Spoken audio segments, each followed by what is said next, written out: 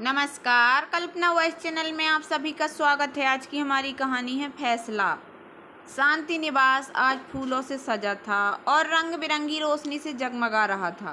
द्वार पर सजा बंधन बार व घर के अंदर बाहर लगा सुंदर सा शामियान में हर आने वाले मेहमान का स्वागत कर रहे थे। शांति निवास में पड़ोसी व रिश्तेदारों की खूब गहमा गहमी लगी थी। पकवानों व मिठाइयों की खुशबू से घर के साथ साथ पूरी गली मोहल्ला महक रहा था। यह सब तैयारियां व आयोजन था शांति जी की बड़ी बेटी प्राची की शादी के लिए। शांति जी की दो बेटियां थीं, प्राची और प्रिया। आज प्राची की मेहंदी थी। शांति जी सुबह से उसी के इंतजाम में लगी हुई थी। कभी मेहमानों का जलपान, कभी हलवाइयों के सामान की पूर्ति और बीच बीच में मेहमानों के साथ दो घड़ी हंस बोल लेती। प्राची और प्रिया देख रही थी कि सुबह से ही मम्मी चक्कर गिन्नी सी घूम रही हैं। कितनी बार दोनों उसे थोड़ी देर आराम करने के लिए समझा चुकी थी, लेकिन हर बार हंसते हुए कहती, बेटा बस 2 दिन की भाग दौड़ और बची है, उसके बाद तो आराम ही करना है, कह हंसते हुए फिर से काम में लग जाती। मम्मी खाना तो खा लो, खाना नहीं खाओगे तो फिर दवाई कैसे लोगे? प्रिया थोड़ी सी जिद करते हुए बोली, हाँ हाँ बेटा, बस अभी लाती हूँ। अच्छा, एक बार देख ले कि सभी मेहमान सही से खा पी तो रहे हैं ना, कोई कमी तो नहीं है। ऐसे टाल मटोल करते करते सुबह से दोपहर और दोपहर से शाम होने को आई। दोनों ही बहनों को अपनी मम्मी की बहुत चिंता थी, क्योंकि शांति जी को शुगर व बीपी की शिकायत थी और ऐसे में खाने पीने में थोड़ी सी भी लापरवाही कहीं बड़ी परेशानी का सबक न बन जाए। अभी दोनों बहनें यह सोच ही रही थीं कि तभी उनकी नज़र अपनी मम्मी पर पड़ी। देखा तो शांति जी हवा में लहराते हुए धम्म से पास रखी कुर्सी पर बैठ गईं। सभी मेहमान अपनी हंसी ठिठोली में व्यस्त थे, किसी का भी ध्यान उस ओर नहीं गया, बस प्रिया और प्राची के सिवा। दोनों दौड़ती हुई उनके पास आईं और सहारा दे उन्हें कमरे में ले गईं। दोनों समझ गईं कि मम्मी का बीपी लो हो गया। प्रिया जल्दी से शिकंजी बना लाई, जिसे पीते ही शांति जी को थोड़ी राहत मिली। तब तक प्रिया एक थाली में अपनी मम्मी के लिए खाना ले आई और ज़बरदस्ती उन्हें खाना खिलाने लगी। अरे अरे, खा लूँगी मैं अपने आप, तुम तो बिल्कुल ही मुझे छोटी बच्ची समझ रहे हो, वह हंसते हुए बोली। हाँ, हमें पता है आप बच्ची नहीं माँ हो हमारी, लेकिन हरकतें तो बिल्कुल छोटे बच्चों वाली कर रही हो आप। जैसे बच्चे खाने से जी चुरा कर इधर उधर भागते हैं, आप मुझे आज वैसे ही लग रही हो, प्राची उनके मुँह से निवाला डालते हुए बोली। अच्छा जी, कल तक खुद ऐसी हरकतें करती थी और आज मुझे सीख दे रही है। चल आज खिला दे अपने हाथों से, फिर तो न जाने कब ऐसा मौका मिले। कहते हुए शांति जी भावुक हो गईं। मम्मी प्लीज ऐसी बातें मत करो वरना, प्राची अपनी आंखों में आए आंसुओं को पोंछते हुए बोली। अरे पगली, मेरे कहने का यह मतलब था कि फिर तो तू 1 महीने के लिए लंदन घूमने जा रही है ना, तो इस 1 महीने में लंदन से तो तू खाना खिलाने आने से रही। शांति जी उसकी आंखों में झांकते हुए शरारत से बोली। आपसे किसने कहा कि मैं 1 महीने के लिए लंदन जा रही हूँ? प्राची अपनी बहन प्रिया को घूरते हुए बोली। दीदी, वह आप ही तो रोज ही जीजू को फ़ोन पर धमकी देते थे कि पूरे 1 महीने के लिए हनीमून पर लंदन पर लेकर चलोगे, वरना तो बस की बच्ची, तू चुप कर। हमारी बातें छुप छुप कर सुनती थी, और सुनती थी तो सही, मम्मी को भी बता दिया तुमने। सब कुछ बहुत बढ़िया, आने दे बेटा, तेरा टाइम भी अच्छे से तेरी खबर लूँगी। प्राची उसके कान पकड़ हंसते हुए बोली। अच्छा अब मैं चलूँ, बहुत काम पड़ा है। कहते हुए जैसे ही शांति जी उठने लगी तो दोनों बहनों ने उनका हाथ पकड़ उन्हें वापस बैठा दिया। अरे बेटा, अब मैं ठीक हूँ, तुम दोनों नाहक ही परेशान हो रही हो। अभी आराम का नहीं, काम का समय है। काम काम काम, सुबह से यही रट लगा रखी है आपने। अभी से आपका यह हाल है तो मेरे जाने के बाद तो बिल्कुल भी अपना ध्यान नहीं रखोगे। अगर आप 1 घंटा आराम नहीं करोगे तो मैं भी शादी। प्राची गुस्से होते हुए बोली। यह क्या बच्चों जैसी जिद कर रही है तू? मम्मी, आप ही की बेटी हूँ, जैसे आप जिद्दी हो वैसे मैं भी, पता है ना? प्राची उनकी आंखों में देख शरारत से बोली। हाँ हाँ पता है, लेकिन तू समझ नहीं रही बेटा, समझ आप नहीं रही मम्मी। अगर इस समय आपकी तबीयत बिगड़ गई तो क्या मैं शादी कर पाऊंगी? मम्मी, मुझे पता है आप बहुत हिम्मत वाली हो, सब संभाल लोगी, लेकिन संभालने के लिए भी तो शरीर को थोड़ा सा आराम दो। मम्मी, क्यों इतनी टेंशन ले रही हो? जब आप जीवन के इतने बड़े बड़े तूफानों से नहीं घबराए तो यह तो खुशी का मौका है, सब हो जाएगा। परिवार वाले हमारे साथ नहीं, ईश्वर तो हमारे साथ है। प्राची प्यार से अपनी मम्मी के कंधे पर हाथ रखते हुए बोली। हाँ बेटा, उसके सहारे ही तो यहाँ तक पहुँची हूँ। बस तो मम्मी 1-2 घंटे आराम करो, उसके बाद काम। वैसे भी आपका सपना था कि मेरी शादी में आप खूब नाचेंगी गाएंगी। कल दोनों उन्हें जबरदस्ती बिस्तर पर लिटा बाहर आ गईं। शांति जी ना चाहती हुए भी आंखें मूंद लेट गईं। बेटी की शादी में तो अच्छे अच्छों की नींद उड़ जाती है, फिर वह तो अकेली थी, कैसे चैन से सो सकती थी भला। बार बार बेटियों के शब्द कान में गूंज रहे थे, मम्मी आप तो बहुत हिम्मत वाली हो। क्या सचमुच वह बहुत साहसी थी? नहीं, वह तो शुरू से ही बहुत नाजुक दिल की थी। किसी की भी ऊंची आवाज़ सुन उसकी आंखों में आंसू आ जाते थे, लेकिन हालात और वक्त के थपेड़ों ने उसे मजबूत बना दिया। दो भाइयों की इकलौती बहन और घर में सबसे बड़ी, अपने पापा के तो दिल का टुकड़ा थी। वो भाइयों से भी ज़्यादा उसे प्यार करते थे। पापा, हाँ मम्मी भी उसे खूब चाहती थी, लेकिन पापा की तरह दिखाती नहीं थी। बहुत ही शांत स्वभाव की थी मम्मी। शायद उसने ये शांत स्वभाव माँ से ही पाया था, लेकिन इसी शांत और सरल स्वभाव का ही तो परिवार वालों ने फायदा। उसने मन में आए नकारात्मक विचारों को जल्दी से एक ओर झटक दिया। वह इतने शुभ दिन वही बातें याद कर अपने मन को खराब नहीं करना चाहती थी। वह फिर से अपने बचपन की गलियों में विचरने लगी। उसकी माँ को गांव से बाहर आए इतने साल हो गए थे, लेकिन उनका पहनावा व बोलने का लहजा अब भी वही गांव वाला था। बहुत ही सीधी सरल जीवन का स्वभाव था माँ का। हमेशा अपने काम से काम रखती, अपनी बातों को भी शब्दों में कम, चेहरों के भाव से ज़्यादा दिखाती। उन्हें गुस्सा कभी आया हो शायद, विद्या तो याद नहीं। हर वक्त चेहरे पर एक मुस्कान सजी रहती थी उनके, और ऐसी ही शांति थी। अपने भाइयों से 2-4 साल बड़ी ही थी, लेकिन परिपक्वता किसी बड़े बुजुर्ग जैसी। स्कूल में हो या बाहर, हमेशा उन्हें अपने सानिध्य की छाव में रखती। अपने हिस्से की कोई भी चीज़ उन्हें हंसी खुशी दे देती।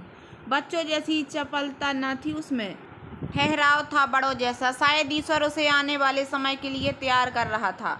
पापा तो कितनी बार उसकी दानवीरता और सीधापन देख झल्ला जाते। अरे इतना सीधा बनने की क्या ज़रूरत है? तेरे भाइयों को अलग से ला कर देता हूँ ना, फिर क्यों उन्हें अपनी चीज़ें देती है? फ़ायदा उठाते हैं तेरे सीधेपन का।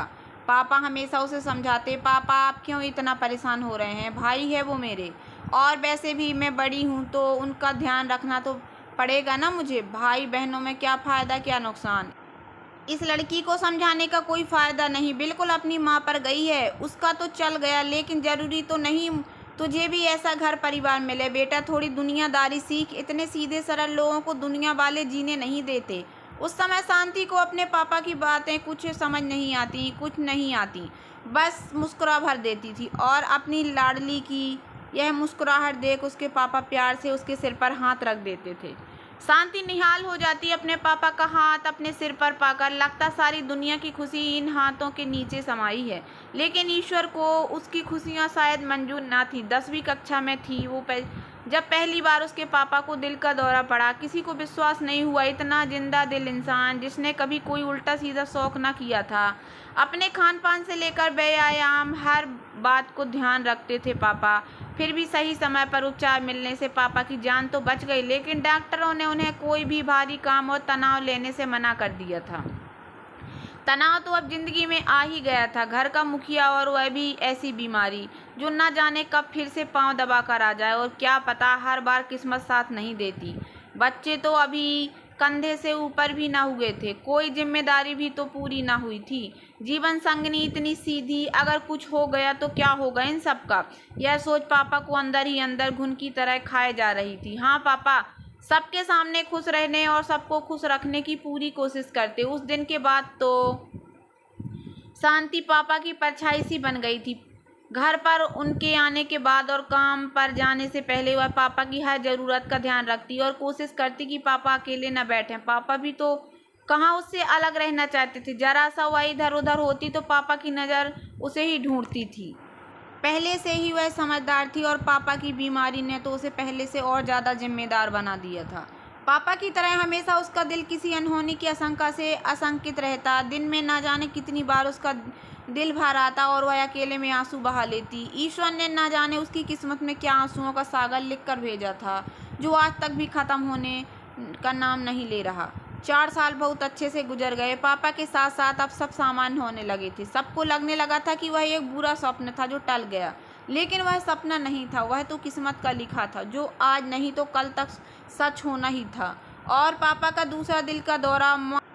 माँ तो इस बार बदहवास सी हो गई। हमेशा निर्विकार सी रहने वाली माँ की आंखों के आंसू नहीं थम रहे थे। मंदिर के सामने हरदम हाथ जोड़ना मन ही मन ईश्वर से प्रार्थना करती रहती। माँ की प्रार्थना कहें या पापा की ईश्वर से कुछ सांसें और उधार देने की गुहार, या हम बहन भाइयों की ईश्वर से विनती की पापा का साया हमारे सिर पर बना रहे। जो कुछ कहो, हम सबकी प्रार्थना भगवान ने सुन ली और पापा को फिर से नई जिंदगी मिल गई। हम सभी ईश्वर का धन्यवाद देते न थक रहे थे। सभी खुश थे, लेकिन इस बार पापा के चेहरे पर चिंता साफ साफ झलक रही थी। शायद उन्हें लगने लगा था कि अब उनके पास वक्त ज़्यादा नहीं। अब पापा हमेशा उसकी तरफ सूनी आंखों से देखते। जब भी उसके सिर पर हाथ रखते, उनकी आंखों में आंसू आ जाते। वह भी तो पापा के आंसू देख अपने आंसुओं को वहाँ रोक पाती, लेकिन उन्हें दुख ना था, इसलिए उन्हें अंदर ही अंदर पीकर मुस्कुरा देती। घर में उसकी शादी की बात चलने लगी थी। पापा चाहते थे जाने से पहले अपने हाथों से उसका कन्यादान कर जाएं। दिली इच्छा थी उनकी, और वह उसने तो परिवार में किसी की भी बात के लिए ना करना सीखा ही ना था, और यह तो उसके पापा की दिली इच्छा थी, तो भला उन्हें कैसे मना कर देती। हर पिता की तरह उसके पापा ने भी उसके लिए कुछ अच्छा ही सोचा होगा। शांति जी ने करवट बदली, तभी उनकी नज़र सामने दीवार पर टंगी अपने पति राकेश की तस्वीर पर गई। शांति जी की आंखों में आंसू आ गए। सचमुच पापा की पारखी नजरें कहें या मम्मी पापा के पुण्य प्रताप, या उनकी खुद की किस्मत जो उन्होंने राकेश जैसा जीवन साथी उसके लिए चुना। अपने बीमार पिता की इच्छा का सम्मान रखते हुए 20 साल की उम्र में राकेश जी ने शादी कर उसने ससुराल में कदम रखा। आह, 25 बरस हो गए, कितनी जल्दी इतने साल पंख लगाकर उड़ गए। घर परिवार और बच्चों की जिम्मेदारियों में पता ही न चला। राकेश जी बहुत सरल स्वभाव के सीधे व्यक्ति थे। उनके घर में माता पिता और एक बड़े भाई भाभी थी। भाई भाभी की माता पिता से बनती ना थी, इसलिए वह ऊपर की मंजिल पर अलग रहते। शांति जी के ससुर बीमार रहते थे, इसलिए सारे घर की जिम्मेदारी राकेश पर ही थी, जिसे वह बहुत अच्छी तरह से निभा भी रहे थे। और शादी के बाद शांति जी भी इन जिम्मेदारियों में साझीदार बन गई थी। उसके आते ही सास और ननद ने घर के कामकाज की जिम्मेदारी पूरी तरह उसके ऊपर डाल दी थी। उसने भी सहर्ष इन जिम्मेदारियों को स्वीकार कर लिया और एक समय तक पूरी लगन से निभाया भी। राकेश जी की रिपेयर पार्ट्स की दुकान थी, जिससे अच्छी खासी आमदनी हो जाती थी। राकेश जी जितना परिवार वालों का ध्यान रखते थे, उतना ही शांति का। वह उसकी माँ की तरह मितभाषी थे। हाँ, माँ की तरह उनका चेहरा नहीं, आंखें बोलती थीं, और शांति के प्रति उनका प्रेम शब्दों में कम, आंखों से ज़्यादा बयां होता था। शांति के कहने से पहले उसकी हर बात समझ जाते थे वो। वैसे तो शांति ही कहाँ ज़्यादा बोलती थी, वह तो शुरू से ही शर्मीले स्वभाव की थी। अपने माता पिता से ही कितना कम अपने मन के भाव कह पाती थी। फिर यह तो ससुराल था। राकेश जी से भी तो शादी से पहले बस एक बार ही मिली थी, जब वह उन्हें देखने आए थे। तब भी दोनों कहाँ बोले थे, लेकिन हाँ, आंखों ही आंखों में दोनों ने न जाने जीवन भर साथ निभाने के कितने वादे कर डाले थे, और घर वालों को भी इस रिश्ते के प्रति मौन सहमति दी थी दोनों ने। शादी के बाद पति के इस मौन प्रेम में भी शांति को असीम सुख की अनुभूति मिलती थी। राकेश जी की आंखों में अनोखा आकर्षण था, और उसी आकर्षण के मोह पास में बंधी शांति राकेश जी के प्रेम में हमेशा डूबी रहती। इसी बीच शांति के पापा की तबीयत दिन पर दिन बिगड़ती जा रही थी। शांति का एक पैर ससुराल में और एक मायके में, क्योंकि पापा के दूसरे दिल के दौरे के बाद तो माँ की इस सदमे से उबर ना पाई थी, और भाई अभी इतने समझदार ना थे जो सब कुछ अकेले संभाल सकें। राकेश जी वाकई में ही बहुत अच्छे इंसान थे। एक तरह से उन्होंने पापा की सारी जिम्मेदारी अपने ऊपर ले ली थी। जितना अपने माता पिता के प्रति समर्पित थे, उतना ही शादी के बाद उनके पापा के लिए। वही उन्हें डॉक्टर के पास चेकअप के लिए लेकर जाते, और पापा के साथ साथ उसे भी हमेशा हौसला देते। शांति के सास ससुर ने कभी भी उसे इतनी जल्दी अपने मायके जाने से मना नहीं किया, और ना ही राकेश को उसके पापा की सेवा पानी के लिए टोका। सचमुच शांति खुद को भाग्यवान समझने लगी थी। ऐसे सास ससुर शायद ही किसी को मिले। हाँ, शायद ही, क्योंकि वह दोनों तो सोचते हुए शांति का मन उनके प्रति घृणा से भर गया। वह तो उनकी पूजा करती थी, लेकिन एक वर्ष पूरा होते होते प्राची ने उसे माँ बनने का सौभाग्य दिया। जितनी शांति खुश थी, उतना ही राकेश भी। उनकी खुशी में पूरा परिवार शामिल था। उसके मम्मी पापा भी तो खुशी से झूम उठे थे। वह खुशी मम्मी के लिए शायद आखिरी थी, क्योंकि उस दिन के बाद मम्मी कभी नहीं हंसी मुस्कुराई। पापा तो शायद उसका भरा पूरा घर देखने के लिए ही रुके थे। जब पापा उनकी तरफ से पूरी तरह आश्वस्त हो गए, तो उन्होंने भी संसार को अलविदा कह दिया। प्राची 7 महीने की थी उस समय। पापा के जाने की खबर शांति तो अपनी सुध बुध खो बैठी थी। कितने ही दिन लग गए उसे इस सदमे से बाहर निकलने में। अगर राकेश जी ना होते तो शायद ही वह सामान्य हो पाती, लेकिन माँ उस दिन के बाद एक चलती फिरती लाश सी बन गई थी, जिनकी सांसें तो चल रही थी लेकिन संवेदना शायद खत्म हो गई थी। जी रही थी वह। शायद पापा से वादा किया होगा उन्होंने कि उनकी छोड़ी हुई जिम्मेदारियां वह पूरी करेगी। वैसे भी ईश्वर ने हम स्त्रियों को एक अलग ही मिट्टी से बनाया है, जो बड़ी से बड़ी विपदाओं को भी हंसकर कहो या रोकर झेल ही जाती हैं, और अपनी जिम्मेदारियों को शायद ही अधूरा छोड़ इस दुनिया को अलविदा कहती हों। तो मम्मी कैसे छोड़ सकती थी यह दुनिया? उन्हें तो पापा की छोड़ी हुई जिम्मेदारियां जो पूरी करनी थी। समय एक ऐसा मरहम है जो बड़े से बड़े जख्म को भर देता है और उसकी पीड़ा को कुछ हद तक कम कर देता है। जीवन आगे बढ़ने का नाम ही है। इसी फलसफे को अपना शांति ने अपने पापा से बिछड़ने के दर्द को अपने सीने में दफन कर दिया और अपनी घर गृहस्थी को संभालने में जुट गई, क्योंकि इसी में दोनों घरों की भलाई थी।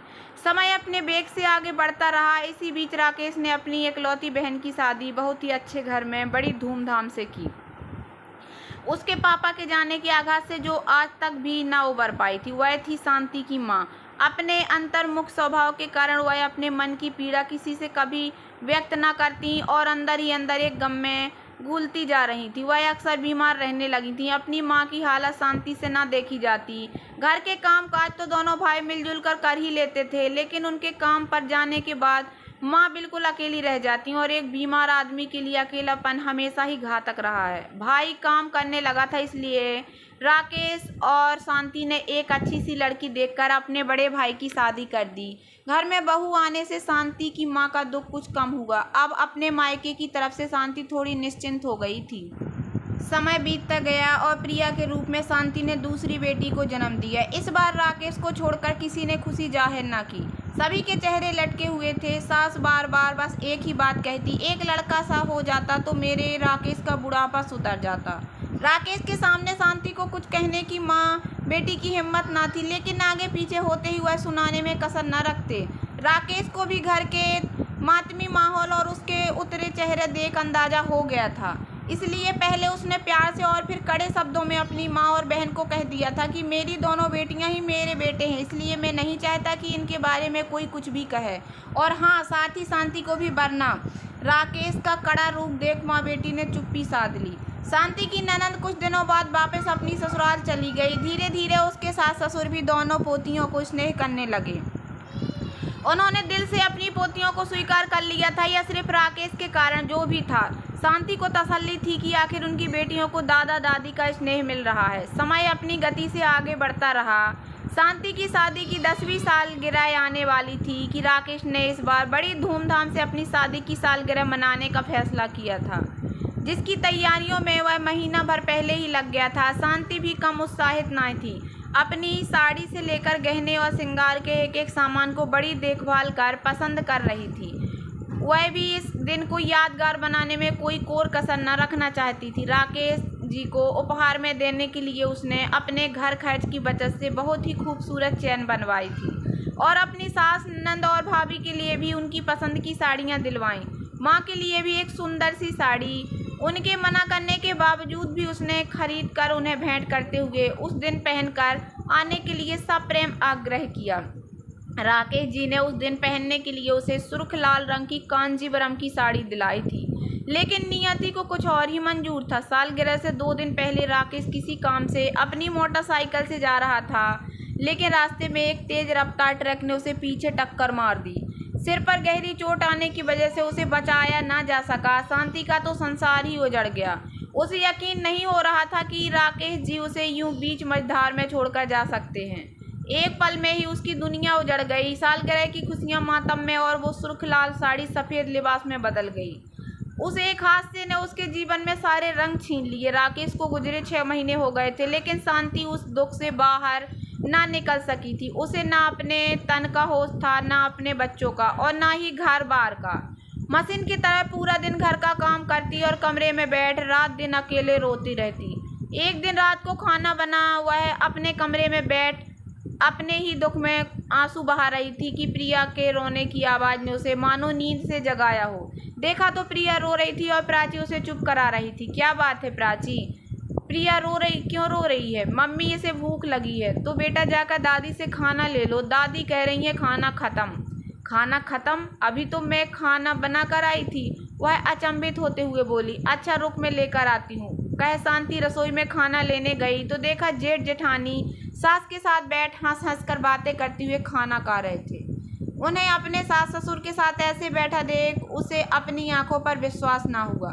वह तेजी से रसोई में गई, लेकिन ये क्या, खाने के बर्तन खाली थे। यह देखकर शांति अपनी सास से बोली, मम्मी बच्चों ने खाना नहीं खाया तो इसमें हमारी क्या गलती? तेरे बच्चे हैं, खिलाती क्यों नहीं? सारा दिन बैठ कमरे में आराम करती है। तेरे बच्चों को पालने की जिम्मेदारी भी हमारी है क्या? उसकी सास चिल्लाते हुए बोली। यह क्या कह रही हैं आप? काम तो मैं ही करती हूँ ना। काम करती है तो खाती भी तो है ना। 3-3 जनों का बोझ मुफ्त में बिठाकर खिलाएंगे क्या तुम्हें अब? उसके ससुर बोले। सुनकर शांति सन्न रह गई। आज तक उसे पति के सामने कभी किसी ने उसे इस तरह बात नहीं की थी। परिवार के हर सदस्य की इच्छा का वह कितना ध्यान रखती थी। कितना पैसा कोई मांगता बिना हिसाब किताब लिए उन्हें दे देते, और आज उसके बीवी बच्चों का 2 वक्त का खाना उन्हें बोझ लग रहा था। शांति कुछ नहीं बोली। वह तो शुरू से ही किसी के ऊंचे बोलने से डर जाया करती थी। वह तो राकेश जी का प्यार था जो उसे इस डर से बाहर ले आया था, लेकिन अब वो ही नहीं रहे तो उस पर फिर से वही डर हावी हो गया। वह कुछ ना बोली, चुपचाप रसोई में जाकर परात उठ कर जैसे ही आटा गूंथने लगी, उसकी जेठानी चिल्लाते हुए आई और बोली, आज तो दोबारा खाना बनाने बैठ गई, लेकिन आज के बाद अगर तुमने यह हरकत की तो सही ना होगा। एक कमाने वाला, कितने जने खाने वाले? मेरा आदमी कोई कोल्हू का बैल नहीं, बहुत मेहनत से कमाता है। शांति ने अपनी सास की तरफ देखा तो वह अपनी बड़ी बहू की हाँ में हाँ मिलाते हुए बोली, सही कह रही है यह। अब हम तो बुढ़ापे में कहाँ कमाने जाएंगे? इन दोनों ने ही हमारी जिम्मेदारी ली है। और हाँ, तुझे भी अगर यहाँ रहना है तो चुपचाप घर का सारा काम धंधा करती रहे, वरना दरवाज़ा खुला है। शांति को यकीन नहीं हो रहा था कि इतने सालों से उसकी सास कि कभी बड़ी बहू से बनी नहीं, और आज अपने स्वार्थ की खातिर दोनों कैसे एक हो गए। उसने 2 रोटियां सेकीं और लाकर अपने बच्चों को खिलाईं। इन 6 महीनों में कभी उसने अपने बच्चों पर ध्यान न दिया। दोनों के फूल से चेहरे कैसे मुरझा गए थे। उसके सामने ही आज उन्होंने रोटी देने से मना कर दिया तो पीछे से, हे भगवान, वह अपने दुख में इतनी अंधी हो गई थी कि अपने बच्चों का दुख भी न देख पाई। उसने सोच लिया था कि अब वह यहाँ नहीं रहेगी, लेकिन जाएगी कहाँ? माँ तो उसके दुख से वैसे ही बिस्तर में लग गई, और भाई भाभीियों ने 6 महीनों में एक बार भी मुड़कर उसका हाल चाल न पूछा। शायद इसलिए भी उसके ससुराल वाले आंखें दिखा रहे हैं। पता है अब आगे पीछे कोई नहीं है। बच्चों को खाना खिलाकर वह लेट गई, लेकिन नींद उसकी आंखों से कोसों दूर थी। नींद तो उसे पहले भी नहीं आती थी, पहले अपने दुख में और अब बच्चों के भविष्य की चिंता में। अब वह घर की नौकरानी बन चुकी थी, जो सुबह से शाम तक काम करती, ताने सुनती, और उसके बाद में उसे भरपेट खाना न मिलता। जेठानी और उसके दोनों बच्चे बात बात पर उसकी बेटियों पर हाथ छोड़ने से बाज ना आते, और सास उस पर उसका स्वाभिमान और आत्मसम्मान एक छत और 2 वक्त की रोटियों के लिए तले दबकर रह गया था। पिछले 6 महीनों में उसके ससुराल वालों ने राकेश की बाइक व कार बेच दी थी, और कितनी ही बार उसने झांसे से चेक बुक साइन करा, बैंक में जमा रुपए निकाल लिए थे। बस उसकी दोनों बेटियों की जो एफडी थी उन पर उनका जोर न चल सका। शांति ने पूछा तो उसके ससुर व जेठ ने बड़ी बेहाई से यह कहते हुए सारा दोष राकेश पर डाल दिया कि उसने बहुत सा कर्जा लिया हुआ था, उसी को चुकाने में सारे पैसे लग गए। शांति को पता था कि वह दोनों झूठ बोल रहे हैं, लेकिन कहती भी क्या, जो अपने मरे बेटे पर इतना बड़ा इल्जाम लगा सकते। पैसे डकार गए, ऐसे स्वार्थी लोगों को बोलकर भी क्या फ़ायदा। लेकिन उसकी चुप्पी का घर वालों ने अब ज़्यादा ही फ़ायदा उठाना शुरू कर दिया था। बात बात पर वह उस पर दबाव डालने लगे कि वह इस घर से चली जाए। दोनों बच्चियों को वह पाल लेंगे। अपनी बच्चियों को इन शैतानों के पास छोड़कर जाने के बारे में शांति सपने में भी नहीं सोच सकती थी। शांति ने विरोध करना शुरू कर दिया। आस पड़ोस वाले भी उसका ही पक्ष लेते। यह देख उसके ससुराल वालों का खून खौल उठता, और उस दिन को याद कर शांति आज भी थर्रा जाती है। 2-4 दिन से उसके ससुराल वाले उससे बहुत अच्छा व्यवहार कर रहे थे। घर के कामों में भी सभी उसकी मदद करते। शांति को लगा शायद इन्हें अपनी गलती का एहसास हो गया हो। तो हैं तो इंसान ही, देर से ही सही, चलो समझ तो आई, उसे तसल्ली थी। लेकिन यह उसका भ्रम निकला। उस दिन सभी खाना पीना खाकर जल्दी सो गए। रात को प्राची ने पानी मांगा। शांति पानी लेने रसोई में जा रही थी, तभी उसे अपनी सास के कमरे से जेठ जेठानी की खुसुर फुसुर करने की आवाज आई। इतनी देर रात यह लोग यहाँ क्या कर रहे हैं? शांति के मन में शंका हुई और वह दबे पांव खिड़की के पास जाकर खड़ी हो गई। अब तो इसे रास्ते से हटाना ही होगा। अगर मम्मी यह यहाँ रही तो हम यहाँ नहीं रहेंगे। जेठ ने कहा, मैं तो चाहती हूँ यह चली जाए, लेकिन क्या करूँ? सब कुछ तो करके देख लिया, आपसे कुछ नहीं होगा। जब घी सीधी उंगली से ना निकले तो उंगली टेढ़ी करनी पड़ती है। उसका जेठ बोला, मतलब? इसे रास्ते से अब हटाना ही होगा। कल रात जब यह रसोई में काम कर रही होगी तो इसकी साड़ी में, समझ गई ना आप? जेठ ने कहा। सुनकर एक बार तो सास ससुर सक पका गए। फिर अपने बुढ़ापे की सोच उन्होंने सहमति में सिर हिला दिया। शांति तो यह सब सुन मानो जड़ हो गई हो। किसी तरह उसने अपने आप को संभाला और चुपचाप आकर कमरे में निढाल सी लेट गई। उसने मन ही मन अपने बच्चों के भविष्य के लिए एक बड़ा फैसला कर लिया था। वह पत्नी के तौर पर कमजोर हो सकती थी, लेकिन माँ कभी कमजोर नहीं होती। उसे हिम्मत दिखानी ही होगी। सोचते सोचते सुबह हो गई। वह सुबह बच्चों को स्कूल छोड़कर आई। आते ही उसकी सास और जेठानी बोली, आज तो बड़ी देर लगा दी तुमने स्कूल में। हाँ, उन दोनों की टीचर से उनकी पढ़ाई के बारे में बातचीत करने लगी थी, बस उसी में समय लग गया, कहकर वह काम में लग गई। शाम को जेठ जेठानी सभी रसोई के आसपास मंडरा रहे थे। उसने अपने सिर पर रखे पल्लू को उतार उसे कमर में खोस लिया। यह देखकर उसकी सास और जेठानी बोली, ये क्या बेहुदापन है? अपने संस्कार भूल गई क्या? नहीं मम्मी, मैं तो अपने संस्कार नहीं भूली, लेकिन शायद आप लोग भूल गए हो। सर पर पल्लू बड़ों के मान सम्मान के लिए लिया जाता है, लेकिन जब बड़े ही अति पर उतर आए तो क्या कीजिए? यह क्या पहेलियां बुझा रही है? साफ साफ क्यों नहीं कहती? क्या चल रहा है तेरे मन में?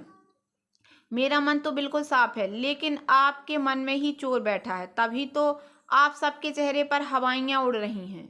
बदतमीज, बिल्कुल ही शर्म लाज बेच खाई है क्या तूने, जो ससुर जेठ के सामने ऐसे जुबान लड़ा रही है? कहते हुए उसकी सास ने उसे जोर से तमाचा मारा। दोनों बच्चियां यह देख अपनी मम्मी से लिपट कर रोने लगीं और रोते रोते बोली, मम्मी यह सब गंदे हैं, हम यहाँ नहीं रहेंगे। चलो, हम यहीं रहेंगे बेटा, यह घर हमारा है, इसे तेरे पापा ने बनवाया था, हम नहीं यह जाएंगे यहाँ से। क्या कहा तूने? बदतमीज, पहले तो सोचा था तुझे ही रास्ते से हटाएं, अब तुझसे पहले तेरी इन दोनों लड़कियों को। कहते हुए जैसे ही उसका जेठ आगे बढ़ा तो शांति अपनी बेटियों को सीने से चिपकाते हुए बोली, खबरदार जो आगे बढ़े तो। आज तक मैंने बहुत सहा, लेकिन अब और नहीं। बहुत जुबान निकल आई तेरी, जेठानी दहाड़ते हुए बोली कि तभी दरवाजे की घंटी बजी, जिसे सुन सभी चौंक गए। उसके ससुर ने गेट खोला तो सामने दो पुलिस वाले खड़े थे, जिसे देखकर वह सहम गया। फिर थोड़ा सामान हो अपने चेहरे के भाव छिपाते हुए बोला, जी आपके घर से कंप्लेन है। एक पुलिस वाले ने कहा, हमने तो कोई कंप्लेन नहीं लिखवाई। मैंने लिखवाई है। आइए इंस्पेक्टर, आप बिल्कुल सही समय पर आए हैं। शांति आगे जाते हुए बोली। शांति के चेहरे पर उंगलियों के निशान और उसकी रोती हुई बच्चियों के बयान पर पुलिस उन सबको पकड़ कर ले गई और एक रात वहां रख चेतावनी देते हुए छोड़ दिया। थाने से आते ही उसकी सास दहाड़ते हुए बोली, तू क्या सोचती है इतने भर से हम डर जाएंगे? इस घर में तो तू वैसे भी नहीं रह सकती है। जमीन तेरे ससुर ने खरीदी थी और यह मेरे नाम है। हम जब चाहें तुझे धक्के देकर निकाल सकते हैं। मम्मी, आप अनपढ़ होते हुए इतने कानून जानते हो तो एक बात और कान खोलकर सुन लो। मेरा ना सही, मेरी बच्चियों का तो इस घर पर हक है, जिसे मैं किसी भी कीमत पर नहीं छोड़ सकती। और हाँ, आप मुकदमा लड़ना चाहती हो तो शौक से लड़िए। इतना तो आपको भी पता है कि मुकदमों के फैसले साल 2 साल में तो आते नहीं। हाँ, एक बात कान खोलकर सुन लीजिए, आज के बाद मुझ पर या मेरी बेटियों पर अगर आपने एक उंगली भी उठाई तो अच्छा ना होगा। मैंने थाने में लिख कर रखवा दिया है कि अगर हम में से किसी को भी कुछ होता है तो इसके जिम्मेदार आप सभी होंगे। उस दिन के बाद किसी ने भी इस तरह की जरूरत नहीं दिखाई। हाँ, उसके सास ससुर ने मुकदमा डाल दिया, जिसका फैसला अब तक नहीं आया। इस बीच ससुर तो चल बसे। जेठ का एक्सीडेंट में एक हाथ चला गया और सास जेठानी की चाकरी करते हुए दिन काट रही है। शांति ने सिलाई कढ़ाई कर अपनी बच्चियों को शिक्षित कर पैरों पर खड़ा किया। बड़ी बेटी बैंक मैनेजर और छोटी बेटी सरकारी स्कूल में टीचर लग गई।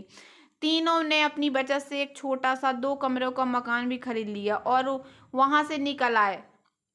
प्राची के साथ काम करने वाले उसके दोस्त के परिवार वालों ने खुद आगे बढ़कर प्राची का रिश्ता मांगा। दोनों बच्चों की खुशी देख शांति ने हाँ कर दी। घड़ी में 4 बजे के घंटे की आवाज से शांति की तंद्रा टूटी और वह वर्तमान में लौट आई।